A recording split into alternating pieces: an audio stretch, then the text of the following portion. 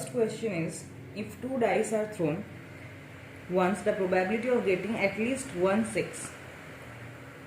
So here the number of dice is how many? 2.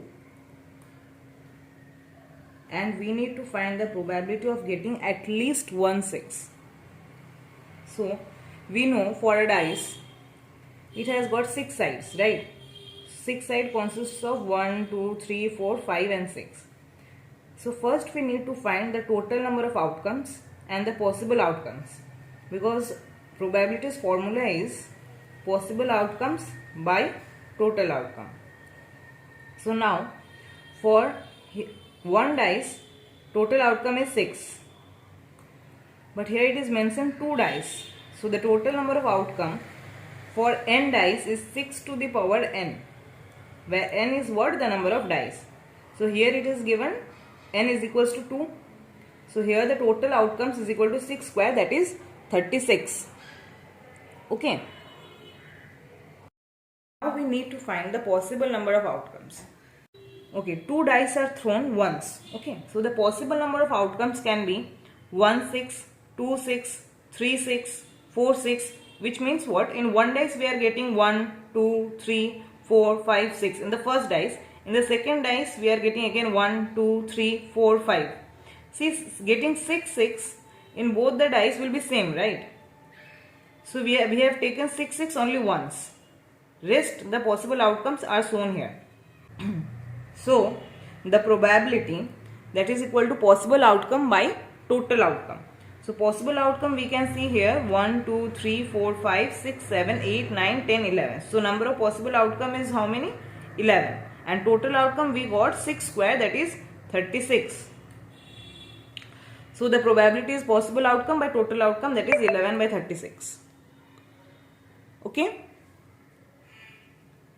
See, once again I am telling you how I have solved this question. It's very easy. In the question it is said, if 2 dice are thrown once, the probability of getting at least 1/6.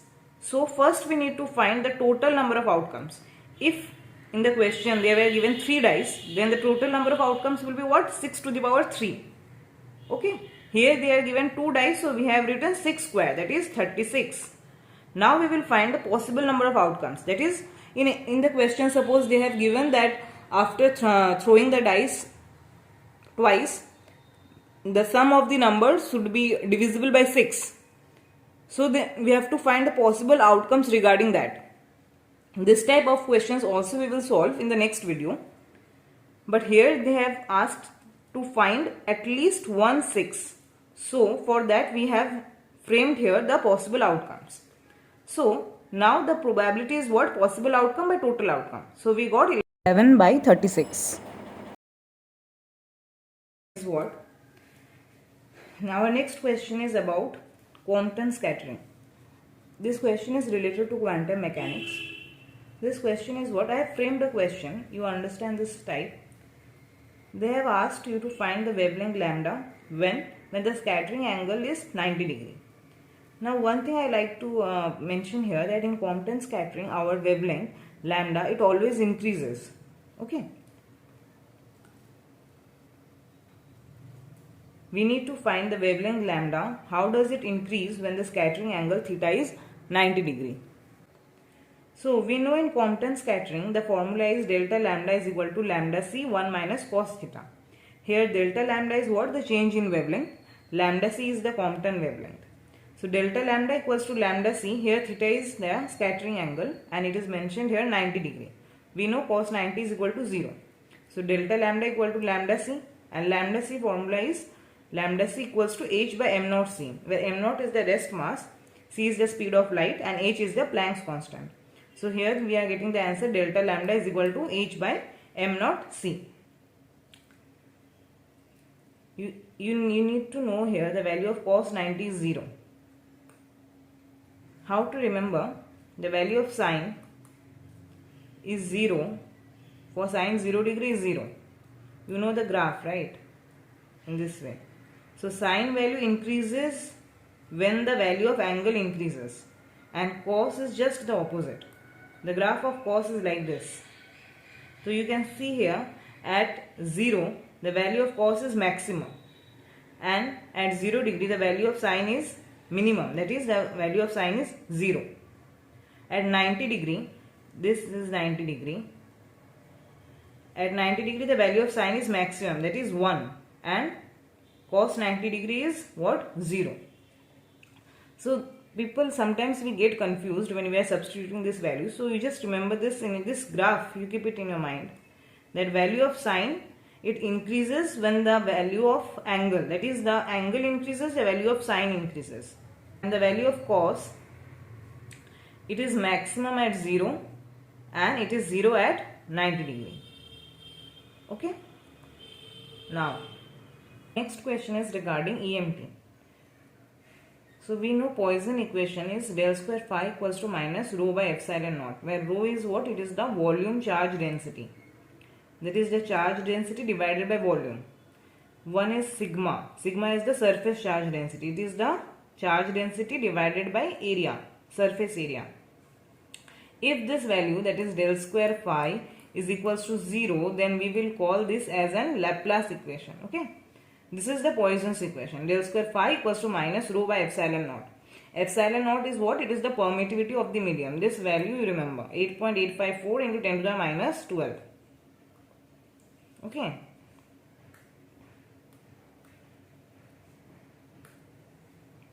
Now we will do the calculation part. You see del phi. So we know del we can write this as in Cartesian coordinate, I cap del del x plus j cap del del y plus k cap del del z. Acting on this scalar potential phi naught x square plus y square plus z square. So we will get what? I cap del del x on x square we will get 2x, del del y on y square we will get 2y, and del del z on z square we will get 2z. Again we will do, then we will get del square phi. So del of del phi, again del is I cap del del x plus j cap del del y plus k cap del del z. On del phi this we forgot. So after doing the derivative we will get here the constant term 2, here also 2 and here also 2. Phi naught we have taken it as common. And I cap into I cap is 1 and I cap dot z cap equals to 0. So we are getting 2 plus 2 4 plus 2 6 phi naught. Substituting this value in equation 1, that is here, we will get 6 phi naught equals to minus rho naught by epsilon naught. So the answer we got is the volume charge density equals to minus 6 phi naught epsilon naught. This was asked, right? We need to find the volume charge density. If not mentioned, charge density means volume charge density. If we need to find sigma, they will mention you. If nothing mentioned, then charge density means volume charge density. Okay. Question number 4. A conducting sphere has charge plus q. Now if the charge is doubled and radius is half,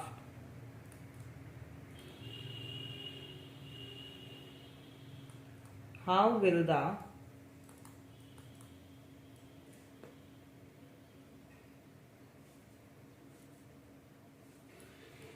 energy associated with electric field E changes? This is our question. My main motive of doing this problem solving is so that you can understand how to solve questions and also concept simultaneously. Because you see the exams like IIT JAM, NET, GATE, all type of these exams are MCQ related. So you have to give more importance on solving MCQs. Okay, so how to do this question? We know G associated with the electric field E is what? U, that is equals to half K Q square by R, where K is what? 1 by 4 pi epsilon naught. This value also you can remember, that is 9 into 10 to the power 9. Okay. Now this is our first case. Now second case they have said what? Our charge Q2 has been changed to it is doubled. So 2q, and our radius is halved. That is R2 is equal to what? R1 by 2. Let me put the suffix here, Q1 and R1. So here U2, that is equals to half K Q2 square by R2. So substituting the values, A Q2 is what? 2Q1 square by R2 is what? R1 by 2. So we will get half K 4 Q1 square R1 into 2. We are getting 4, 2 into 4, then half K Q1 square by R. So this is 8 and this is what? U1. So our energy associated when our charge is doubled and our radius is half, that is U2 is 8 times U1. So this is our answer. I hope you got this. Okay. So our next question is regarding statistical mechanics. So our question is what? Atoms which cannot exhibit Bose-Einstein condensation. Options are what? 1H1 hydrogen, helium, sodium, potassium. So how to solve this type of question? Okay, for Bose-Einstein condensation,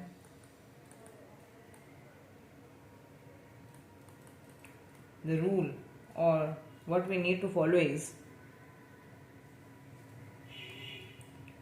the neutron plus proton plus electron, this value should be even.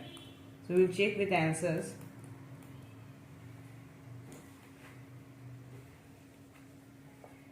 For 1H1 we are getting here neutron plus proton 1 plus electron 1, that is 2.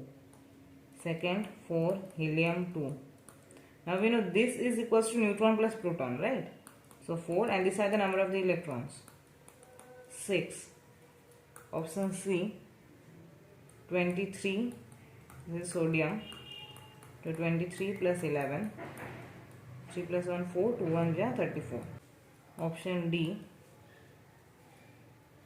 D was potassium. 40 K 19. So 40 plus 19, that is equals to 59. So this is what? Odd. So in the question it was asked which cannot exhibit. So cannot means it needs to be odd. So our answer is what? Answer D. That is. I hope you understood today's lecture. Thanks for watching. Please like and subscribe my channel.